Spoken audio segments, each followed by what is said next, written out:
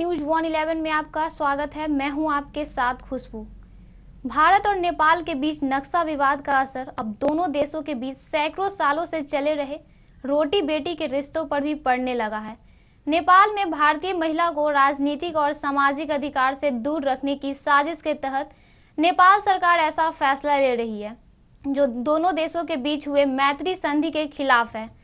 नेपाल सरकार ने भारत के साथ राजनीतिक और कूटनीतिक संबंध में तो दरार ला ही रहा है, अब दोनों देशों के बीच होने वाले वैवाहिक संबंध और पारिवारिक संबंध को भी खत्म करने की रणनीति के तहत एक और कदम आगे बढ़ाने का फैसला कर लिया है। नेपाल के नागरिक से शादी करके वहां जाने वाली भारतीय महिलाओं को अब नेपाल की नागरिकता प्राप्त करने के लिए 7 सालों तक इंतजार करना होगा। ऐसे में 7 वर्षों तक नेपाल में भारतीय विवाहित महिलाओं को भी सभी प्रकार के राजनीतिक अधिकार से वंचित रहना होगा।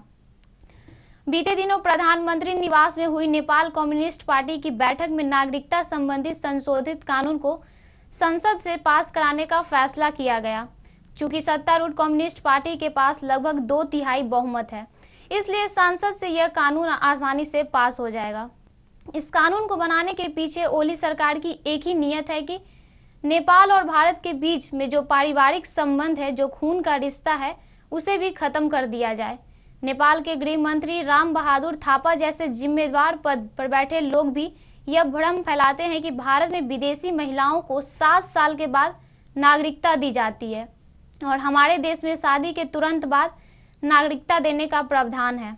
हालांकि ऐसा लगता है नेपाल के गृह मंत्री को यह जानकारी नहीं है कि 7 साल वाला नियम भारत में नेपाल के लिए नहीं बल्कि दूसरे देशों के लिए है।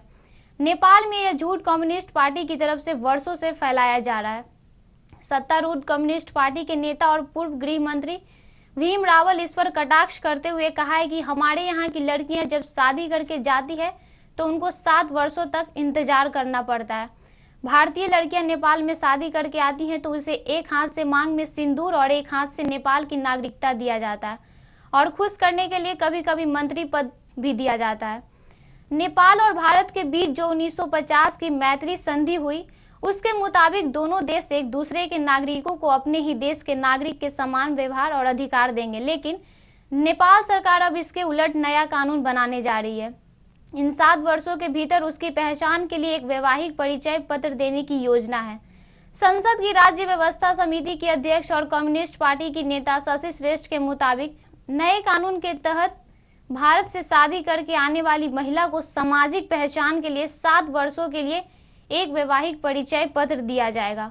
नेपाल की कम्युनिस्ट पार्टी की योजना इससे भी खतरनाक है। उसके एक सांसद तथा पार्टी की प्रवक्ता पंफा भूसाल ने तो संसदीय समिति की बैठक में यहां तक कहा कि नेपाल के सीमावर्ती इलाके में जो भी शादियां सरहद पार होती है उस पर प्रतिबंध लगाया जाना चाहिए। 7 वर्षों बाद भी भारतीय महिलाओं को उसी शर्त पर नेपाल की नागरिकता दी जाएगी जब वो भारत की नागरिकता त्यागने का प्रमाण पत्र लेके आएगी। अगर वो 7 वर्ष बाद भी नेपाल की नागरिकता का प्रमाण पत्र हासिल भी कर लेती है, तब भी वह नेपाल के कुछ चुनिंदा पदों पर जाने के लिए योग्य नहीं हो सकती। नेपाल में नया संविधान जारी होने के समय ही यहाँ की कम्युनिस्ट पार्टी इसको संविधान में शामिल करना चाहती थी, लेकिन उस वक्त मधेसी आंदोलन के चरम पर होने के कारण इसका समावेश नहीं किया गया था। तो ऐसे ही तमाम खबरों के लिए बने रहिए न्यूज 111 के साथ। नमस्कार। बिहार और झारखंड की तमाम खबरों के लिए हमारे YouTube चैनल को सब्सक्राइब करें और बेल आइकन दबाना ना भूलें।